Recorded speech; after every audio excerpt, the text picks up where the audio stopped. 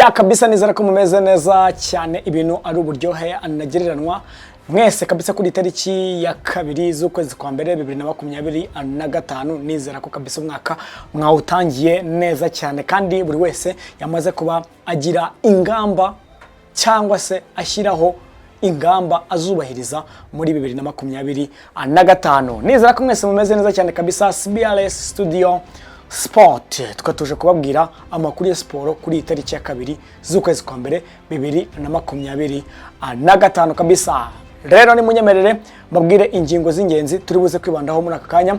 Turi buze kujya mu ikipe ya Rayon Sport. Ikipe ya Rayon Sport yamaze kuba ibona umutoza mushya wongera imbaraga abakinnyi. Ese umutoza ninde yasimbuye inde? Ikindi kandi mu ikipe ya Rayon Sport uwo bita Nsabimana Aimable. Nsabimana Aimable ntago yakoze imyitozo, ntago yigeze akorana imyitozo n'abandi hariya mu Nzove kabisa. Ni imyitozo kabisa bitegura umukino bazahuramo n'ikipe ya Polisi kuwa gatandatu ku isaha y'isa 12. Ese nihe mpamvu Nsabimana Aimable atari gukorana imyitozo n'ikipe ya Rayon Sport? Byose tuza kuba tubyumva neza cyane kabisa. Mu ikipe ya APR FC haranugwanurwa abataka babiri.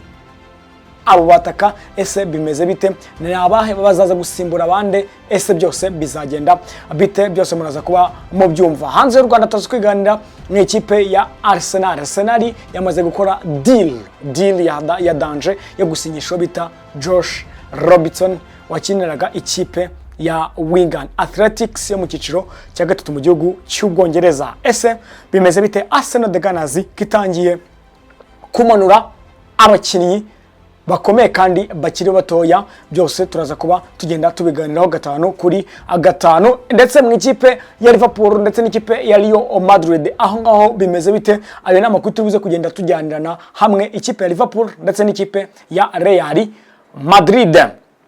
Mu ikipe ya FC Barcelona Dani Olmo na Pau Victor, iki nicyo kibazo gikomeje kugenda kiraza inshinga aba Barcelona cyangwa se aba Blaugrana. Ese bimeze bite? Uwo bita Laporta yatanze ikizere ko ku munsi w'ejo abo bakinnyi bazaba bamaze kuba basinyishwa. Bari bavuze yuko bazagurisha imyanya ya VIP Camp Nou, ariko byose bagenda babyanga. Ishyirahamwe ry'umupira w'amaguru mu gihugu cya Espagne rigenda ribyanga. Ese biraza kuba bigenda bite ko Laporta perezida w'ikipe ya FC Barcelona yamaze kuba atanga ikizere cy'uko ku munsi w'ejo cyangwa se ku itariki 3 bazaba bamaze gusinyisha abasore babiri Dani Olmo ndetse n'uwo bita Pau Victor, bamaze no gukurwa kuri liste y'abazakina retour muri La Liga mu ikipe ya FC Barcelona. Mu ikipe ya Manchester United bimeze biteho? Hose ndagenda mbahagira rwose ibintu bigende neza cyane. Mu ikipe ya Chelsea ho biri gute?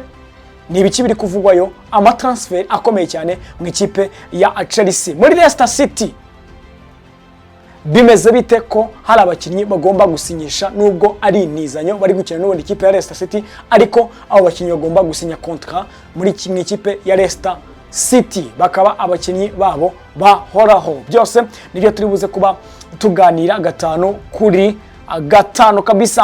Hari n'indi deal yabaye done, zose ni breaking news mukura kuri CBRS Sport TV kabisa. Ibintu rero bimeze neza cyane. Nimureke twanzike duhere mu ikipe ya Rayon Sport. Mu ikipe ya Rayon Sport, ikipe ya Rayon Sport amaze kubona umutoza mushya wongerera imbaraga abakinnyi. Uwo mutoza rero bakaba bamwita Hategekimana Corner, yaje simbura umunyafrika y'epfo bita Ayaboga Lebitsa. Akaba ari we rero wongeraga imbaraga mu ikipe ya Rayon Sport. Akaba yarayisezeye kubera ibibazo afite mu muryango wiwe atashatse gutangaza, gusa yamaze kubasezera ikipe ya Rayon Sport yisubirira iwabo muri Afrika y'Epfo. Ibintu bikomeje bigenda neza cyane mu ikipe ya Rayon. Nanababwira yuko ikipe ya Rayon Sport ikomeje imyitozo yitegura ikipe ya Police Football Club bazakina ku munsi wa gatandatu ku isaha y'isa 12. Gusa ikipe ya Rayon Sport uwo bita Nsabimana Aimable mu central defense wabo cyangwa se mu center back wabo ukina mu team wa defense, Nsabimana Aimable ntabwo yakoranye nabo imyitozo. Byagenze bite? Uwo bita Nsabimana Aimable kubwa Uwayezu Jean Fidel perezida w'ikipe ya Rayon Sport yasinye amasezerano, yongeye amasezerano, bavugana yuko agomba guhabwa miliyoni 18, ariko byavugwaga yuko azazihabwa ku mukino wa derby ikipe ya APR yakinyemo n'ikipe ya Rayon Sport. Niho byavuzwe yuko uyu musore azahabwa izi miliyoni ziwe 18, gusa muri miliyoni 18 bavuganye, gusa miliyoni 13 nizo bari bavuganye, ariko Uwayezu Jean Fidel amubwira yuko azayahabwa kuri derby, ariko uyu nguyu Nsabimana Aimable amaze guhabwa miliyoni 8 zonyine. Gusa Nsabimana Aimable yahabwaga n'umushahara w'ibihumbi 900 byo kuri salary nta kibazo na kimwe afite, ariko kuri recruitment ntago bigeze bamuhereza amafaranga ye yuzuye, bamaze kuba miliyoni 8 muri miliyoni 13. Akaba yamaze kwandikira ibaruwa perezida rero amubwira ko bagomba gusesa amasezerano mu gihe atarahabwa izi miliyoni ze 5 zisigaye kugira ngo miliyoni 13 zibe zakuzura. Ubwo bivuze ngo ku mukino wa polisi uwo bita Nsabimana Aimable ntago azahagaragara. Ubwo no gutegereza tukareba ese bazicara baganire, dore na n'ubu ngubu ntago Nsabimana Aimable aricara ku meza na perezida wa Rayon Sport ngo babe baganira Tadeo. Ubwo rero no gutegereza tukareba ese baricara baganire, Nsabimana Aimable bayagaruka mu ikipe ya Rayon Sport cyangwa se basese nayo masezerano izo miliyoni 8 Nsabimana Aimable azishyura ikipe ya Rayon Sport, ariko birangire yigendeye. Twihuse cyane reka tujye muri mukeba APR Football Club. APR Football Club ikipe iri mu nzira gusinyisha abataka babiri. Abo bataka rero ni bandi? Ni abataka bakomeye cyane, n'umwataka ushobora kuzava mu gihugu cya Ghana cyangwa se akava muri Cote d'Ivoire akava n'ahandi yagiye atandukanye, gusa araza asanga umwataka w'umugande nanone bagiye kuzana. Iyi deal ifitwe n'uwo bita Tadeo Rwanga.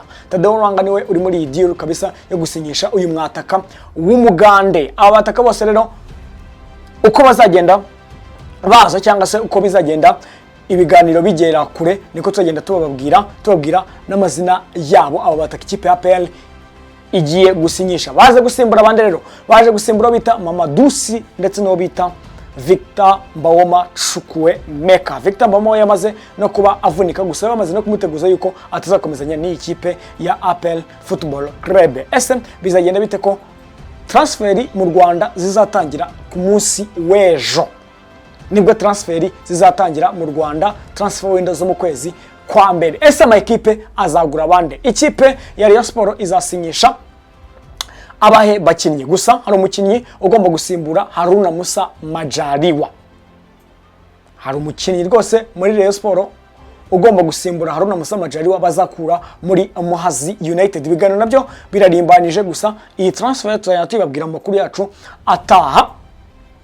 Ikindi kandi ikipe ya Rayon Sport mabyibuka yuko yaje kuba igirana ibibazo n'ikipe ya Gasogi ku mukinnyi witwa Maripangu. Gusa ikipe ya Rayon Sport muri uko kwa mbere muri transfer window wo bita Maripangu muri retour, Rayon Sport ishobora kuzamusinyisha agatangira agakinira ikipe ya Rayon Sport. Ikipe ya Rayon Sport ikomeje kugaragaramo transfer ziryoshye cyane, abakinnyi bakomeje kugenda bayizamo kandi bakomakomeye cyane, dore ko perezida wa Tadeo ndetse no mwungirije bariho baragenda rwose babikora neza cyane, nta kintu abariyo mwabashinza. Reka rero twigire ku mugabane w'Uburayi, twivira hano mu gihugu cyacu cy'u Rwanda, dore ko shampiyona yo izanakomeza ku munsi wo ku gatandatu. Byose tugenda tubabwira amakuru yacu ataha. Reka twigire mu ikipe ya Arsenal.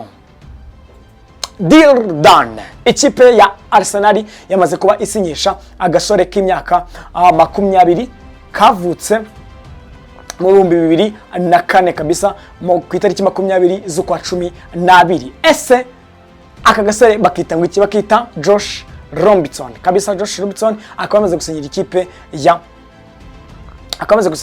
ya Arsenal, akaba yakinaga icyiciro cya gatatu mu gihugu cy'Ubwongereza. Akana rero kakiri gato, ese kazafasha iki muri Arsenal? Kazafasha iki Mikel Arteta komeza gusinyisha abana bakiri batoya? Ashobora kuba ari gukomeza kubaka squad ikomeye cyane y'ikipe ya Arsenal izaba itanga challenge mu minsi iri imbere. Ubwo rero iyo niyo deal done mu gihugu cy'Ubwongereza. Ikipe ya Arsenal niyo ya mbere ikoze deal muri iyi transfer window y'ukwezi kwa mbere. Ubwo rero dutegereze turebe n'andi ma equipe bigiye bitandukanye bari gushakisha abakinnyi benshi cyane, dore ko transfer zamaze no gutangira mu gihugu cy'Ubwongereza.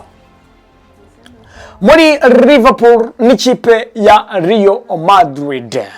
Ikipe ya Real Madrid iri gutanga bid ya miliyoni 20 z'amayero kuri Trent Alexander-Arnold. Gusa ikipe ya Liverpool iri gushaka miliyoni 25 z'amayero, kandi nyamara bari bashyizeho ko ushaka Trent Alexander-Arnold ufite amasezerano azarangira muri sama mu kwezi kwa karindwi agomba gutanga miliyoni 75. Gusa ikipe ya Liverpool iri gushakamo miliyoni 25. Byaje kugaragara yuko Trent Alexander-Arnold ashobora kutazakomezanya n'ikipe ya Liverpool muri sama. Murabizi ko Real Madrid ntago ikunda gutanga amafaranga menshi cyane kuri abo bakinnyi baba bagiye gusoza amasezerano, ahubwo birangira bamuzanye asoje amasezerano yiwe, bikarangira ikipe ya Liverpool ibihombeyemo. Gusa iri gutanga bid ya miliyoni 20 z'amayero. Ese iyi Liverpool iraza kuzemera kugira ngo Trent Alexander-Arnold atazagendera ubuntu cyangwa se abe yagena muri uko kwa mbere, gusa izo miliyoni 20 bazibitse. Gusa ikipe ya Liverpool iri kwaka miliyoni 25. Ese bizagenda bite? Uko bazakomeza kugenda baganira gake tubagezaho mu makuru yacu ataha iyi transfer kabisa, turi kwikurikirana 5 kuri 5. Munyemende twigirira muri mukeba.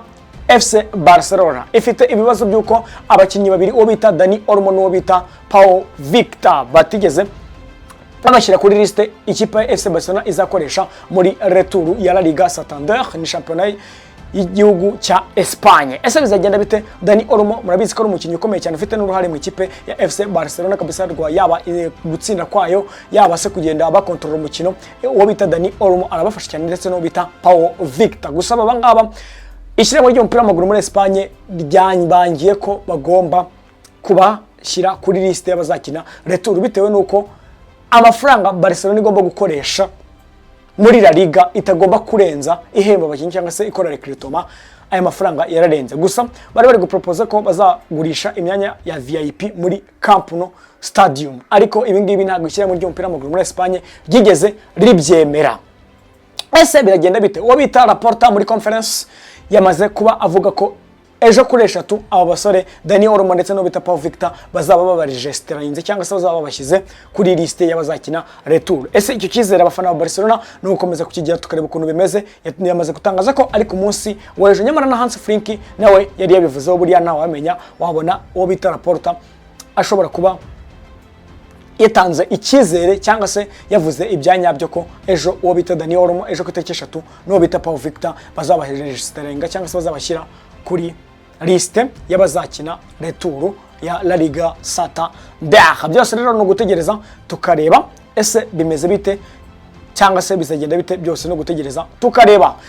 Tukirimo reka tusubire mu gihugu cy'Ubwongereza rero ku ikipe ya Arsenal the Gunners. Arsenal the Gunners yaraye itsinze ikipe ya Brentford ibitego 3 kuri 1. Yarayitanze ubunani kabisa kuba kunzi abayo, ariko mu gutanga ubunani uwo bita Bukayo Saka ntago yarahari kuko afite hamstring strain, ikibazo cy'umugongo. Ese bizaba bigenda bite uwo bita Bukayo Saka? Gusa uwo bita Mikel Arteta yamaze gutangaza yuko Ethan Nwaneri yakinnye neza cyane, ahubwo ashobora kuzaba umusimbura mwiza wa Bukayo Saka mu gihe atarava mu mvune. Uwo bita rero Mikel Arteta muri interview yamaze gutangaza yuko Ethan Nwaneri yamukoze ku mutima rwose, yakinnye ibintu yifuzaga neza cyane 5 kuri 5. Ubwo rero ikipe ya Arsenal nikomeje gukubana n'ikipe ya Liverpool ku rutonde rw'agateganyo rwa shampiyona rwa Premier League. Ifite 39, Liverpool ifite 35. Gusa ikipe ya Arsenal ifite imikino 19 ariko Liverpool ifite imikino 18. Ubwo rero tuzatore ukuntu bimeze. Ifite kirana cya Merseyside Derby yo n'ikipe ya Everton. Reka rero twikomereze mu ikipe ya Chelsea. Ikipe ya Chelsea nibiki biriho bivugwamo. Iyi kipe ya Chelsea rero igomba gukora transferi zikomeye cyane kabisa, aho iri gushaka umusore bita Victor Osimhen. Naye rwose ntabwo igeze ikura y'amaboko kuri uyu munya Nigeria wa Napoli winizanye muri Galatasaray. Uwo bita Victor Osimhen n'ikipe ya Chelsea nayo ntabwo igeze imukuraho amaboko, ari mu bashakishwa cyane. Ikipe ya Leicester City Ikipe ya Leicester City kabisa barazana aba right back n'aba center back. Nubwo bayikiniraga ariko bari nizanye uwo bita Hudson Edward w'imyaka 26 ndetse n'uwo bita Facundo Buonanotte. Uyu bita rero Hudson Edward ni nizanyo ya Crystal Palace muri Leicester City, gusa barashaka kuba bamugura akaba umukinyi wa Leicester City burundu. Noneho uwo bita Facundo Buonanotte nawe ni nizanye mu ikipe ya Brighton ajya muri Leicester City, gusa Leicester City ashaka gukora deal yo kuba yamuzana ikaba yamusinyisha amasezerano akaba umukinyi wayo. Ikipe ya Leicester City kandi irashaka bita Kyle Walker-Peters ukina ikipe ya Southampton. Uyu mukinyi rero witwa Kyle Walker-Peters w'imyaka 27, ese biraza kuba bigenda bite? Ese ikipe ya Leicester City iraza kuba imubona uwo bita Rudy van Nistelrooy, umutoza ikipe ya Leicester City ukomeye uri no mu bihe bibi cyane uri gutsindwa cyane. Ese bizagenda bite? Iyi deal izaba done kuri Kyle Walker-Peters w'imyaka 27 ukinira ikipe ya Southampton. Ese bizaba bigenda bite? Ese iyi deal izaba done? Byose no gutegereza tukareba. Ese muri Leicester City none ikindi kiri kuvugwa uwo bita Jamie Vardy agomba gusoza amasezerano ye kuri 30 z'ukwa karindwi, ubwo ni muri sama nawe. Ese Jamie Vardy bazamwongera amasezerano ya Leicester City, gusa ahuje ibibazo n'uwo bita Daniel Iversen ndetse n'uwo bita Danny Ward. Abo bose nabazamu, ariko nyine abazamu bo ikipe Leicester City irabafite. Uwo bita Mads Hansen iracyamufite n'abandi bazamu bagiye batandukanye, gusa Daniel Iversen ndetse n'uwo bita Danny Ward, ese abo bakinyi bazongererwa amasezerano mu ikipe ya Leicester City cyangwa se izabareka bigendere? Munyemerere dusoreze kuri deal done rero kuri Stade Rennes yamaze gusinyisha uwo bita Seko Fofana avuye muri Al Nassr kuri miliyoni 20 z'amayero. Ese uyu Seko Fofana azaza gufasha muri Stade Rennes uje muri championnat ya Ligue 1, championnat ikipe y'igihugu cy'u Faransa. Stade Rennes rero yamaze kuba ikora iyo deal isinyisha Seko Fofana. Ubwo rero ibigendanye na transfer byose n'andi makuru agiye agezweho kabisa mashyashya yose kuri CBRS Studio Sport ndagenda yabagezaho 5 kuri 5. Ngewe rero nari Izabayo David, nkomeza kubabwira ni mukomeze kugira intangiriro z'umwaka mushya neza kandi mumeze neza cyane. Ciao ciao.